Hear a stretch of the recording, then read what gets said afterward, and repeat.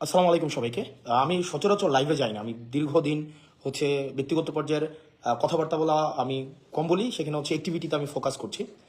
আমি আজকে গতকাল আমি লক্ষ্য করেছি জনাব তারেক রহমান উনি একটি বক্তব্য দিয়েছেন। উনি বক্তব্যে বলেছেন যে আসলে প্রার্থী মুখ্য নয়, মুখ্য হচ্ছে প্রতীক, প্রতীকটাই হচ্ছে মুখ্য। এই বক্তব্যটা সিরিয়াসলি প্রবলেমেটিক একটা বক্তব্য। ওনার মতো একজন রাষ্ট্র প্রণেতা যিনি হতে চাচ্ছেন বা হবেন মনে করছেন, ওনার জায়গা থেকে এই বক্তব্যটা হাইলি প্রবলেমেটিক একটা বক্তব্য। কারণ বলছি, এক নম্বর কারণ হচ্ছে যে একজন এমপি নাগরিক এবং রাষ্ট্রের মাঝে সেতুবন্ধনের কাজ করে। প্রতীক কিন্তু নাগরিক এবং রাষ্ট্রের মধ্যে কোনো সেতুবন্ধনের কাজ করে না। প্রতীক একটা সিম্বলিক জায়গা, একটা অর্নামেন্টাল জায়গা, প্রতীকের যে বিষয়টা। তো উনি বলছেন যে প্রতীককে ভোট দেওয়ার জন্য প্রতীকটাকে উনি মুখ্য করছেন। এখন একটা প্রতীকের মধ্যেও যদি একটা অযোগ্য প্রার্থী থাকে, যে ব্যক্তি অযোগ্য, যে ব্যক্তির অপ্রকৃতস্থ, দুর্নীতিগ্রস্ত, আমরা অতীতের সংসদগুলোতে যেটা দেখেছি যে আসলে আমরা এমনও দেখেছি যে শুধুমাত্র দলীয় আনকন্ডিশনাল অনুগত্যের জন্যই, যাদের হয়তো এলাকায় কোনো ধরনের সম্পৃক্ততা নেই, তারাও অনেকে প্রার্থী হয়েছেন দলীয় প্রতীকে। তো এখন আমি যদি এমন একজন প্রার্থীকে নির্বাচিত করি যার জনগণের সাথে সম্পৃক্ততা নেই, কিন্তু ওই প্রতীকটাকেই শুধুমাত্র হোল্ড করে আমি তাকে সংসদে পাঠালাম, কিন্তু সে যদি যোগ্য না হয়, সে যদি জেনুইনলি জেনুইনলি রিপ্রেজেন্ট না করতে পারে, আমি তো আসলে আমার রিপ্রেজেন্টেটিভ নির্বাচন করছি, তাই না? সে যদি প্রক্সি হয়ে যায় দলের কাছে, তাইলে সেটা হচ্ছে জনগণের প্রকৃত রিপ্রেজেন্টেশন সংসদে আসলে কখনোই সম্ভব না, নাম্বার ওয়ান। তাইলে আমার জনগণের সাথে রাষ্ট্রের যে ব্রিজ, এই ব্রিজ কিন্তু কোনো প্রতীক করে না, সেটা করে প্রার্থী। তার মানে আমি যদি ভোট দিতে চাই, আমার এই জুলাই পরবর্তী সময়ে আমার মূল যেই লক্ষ্যটা হওয়া উচিত সেটা হচ্ছে প্রার্থীটা কেমন। একটা অপরিচিত প্রতীকের মধ্যেও যদি একজন যোগ্য প্রার্থী, যিনি রাষ্ট্রকে আসলে ধারণ করেন, জনগণকে ধারণ করেন, নাগরিককে ধারণ করেন, সে যদি যোগ্য হয়ে থাকে, মানুষ তাকেই চুজ করা উচিত। অন্যদিকে একটা প্রতীকের আন্ডারে যদি একজন অযোগ্য প্রার্থী হয়, যেই প্রার্থী জনগণকে প্রতিনিধিত্ব করেন না, দুর্নীতিগ্রস্ত, মার্কা যতই ভালো হোক না কেন, উনি জনগণকে কখনোই রিপ্রেজেন্ট করবেন না। সেই জায়গা থেকে জনাব তারেক রহমান যে বক্তব্যটা দিয়েছেন, প্রাইমারিলি সেটা প্রবলেমেটিক। দুই নাম্বার যে জায়গাটা, সেটা হচ্ছে যে আমরা আসলে যদি শুধুমাত্র প্রতীক দেখেই ভোট প্রদান করি, সেক্ষেত্রে যেটা হবে, আমরা কখনোই প্রপার রিপ্রেজেন্টেটিভ নির্বাচন করতে পারবো না। আমরা যেটা নির্বাচন করবো সেটা হচ্ছে প্রক্সি। 300 আসনে, মানে 300 আসনে আমরা 300টা প্রক্সি ক্যান্ডিডেট নির্বাচিত করব। যেমন এটা খুব সহজ ছিল বিষয়টা। যেমন উনি যেটা বলেছেন, এটাকে এইভাবেও করতে পারতেন।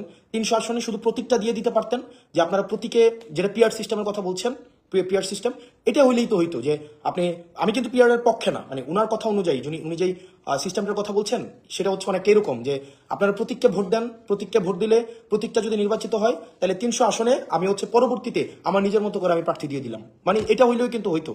আপনার যদি 300 আসনের মধ্যে শুধুমাত্র প্রতীক দেখেই মানুষ ভোট দেয়, প্রতীকটাকে যদি উনি মুখ্য মনে করে, তাহলে সেক্ষেত্রে তো আসলে আলাদা করে প্রার্থী দাঁড়ানোর দরকার ছিল না। প্রতীকটাই যদি মুখ্য হয়ে যায়, প্রার্থী যদি গৌণ হয়ে যায়, তাহলে এটা কোনো প্রেসিডেন্সিয়াল সিস্টেমের মতো এটা হইলেই তো হইতো। তাহলে আলাদা করে আসলে আমি কোনো রিপ্রেজেন্টেটিভ নির্বাচন করছি না, আমি আসলে কিছু প্রক্সি, আমার কিছু দলীয় স্পোক্স পার্সন নির্বাচন করছি, যারা আমার পার্টির প্রতি আনকন্ডিশনাল এলিজিয়েন্স দেখাবে। তারপরে যে বিষয়টা, আমরা 3 নম্বর বিষয় হচ্ছে, আমরা কিন্তু চেয়েছিলাম একটা রাষ্ট্রের হাইকমান্ডকেও, একটা দলের হাইকমান্ডকেও যেন কি প্রশ্নের আওতায় নিয়ে আসা যায়। কিন্তু আমরা দেখলাম এখানে যেটা হচ্ছে যে হাইকমান্ড এখানে প্রশ্নের মধ্যে আসছে না। হাইকমান্ড দিন শেষে যা বলবে তাই হবে। দিন শেষে হাইকমান্ড যদি বলে যে ওই এই প্রতীকের আন্ডারে একজন অদক্ষ বা দক্ষ কাউকে নির্বাচন করেন, তাকেই নির্বাচন করবেন। এক্ষেত্রে হাইকমান্ডের যে আধিপত্য ভাঙা, একচেটিয়া হাইকমান্ডের আধিপত্য ভাঙা, মনোপলি যে তৈরি করে রাখা হয়, যেমন আমরা হাসিনার সময় দেখেছি, সবাই হাসিনাকে রিপ্রেজেন্ট করে, জনগণকে রিপ্রেজেন্ট করে না। সবাই হাসিনাপন্থী, কেউ জনগণপন্থী না। এখন আবার আমরা সময় একটা স্ট্রাকচারের দিকে যেন না যাই, আমরা এই জায়গাটাও গুরুত্ব দিতে হবে। আমরা দেখলাম যে জিনিসটা, যেমন ধরেন প্রার্থী যদি গুরুত্বপূর্ণ না হইতো, আমার এলাকায় স্থানীয়ভাবে একটা প্রবলেম আছে, আমার স্থানীয়ভাবে আমার অনেক ডোমেস্টিক প্রবলেম থাকে। প্রার্থী যদি মুখ্য না হয়, এই প্রবলেমটা সংসদে কে গিয়ে বলবে? প্রতীক কি সংসদে গিয়ে বলতে পারবে? প্রতীক তো সংসদে গিয়ে এটা বলতে পারবে না, বলতে হবে প্রার্থী। প্রার্থী ভয়েস আকারে সংসদে গিয়ে তার জনগণকে রিপ্রেজেন্ট করতে হবে।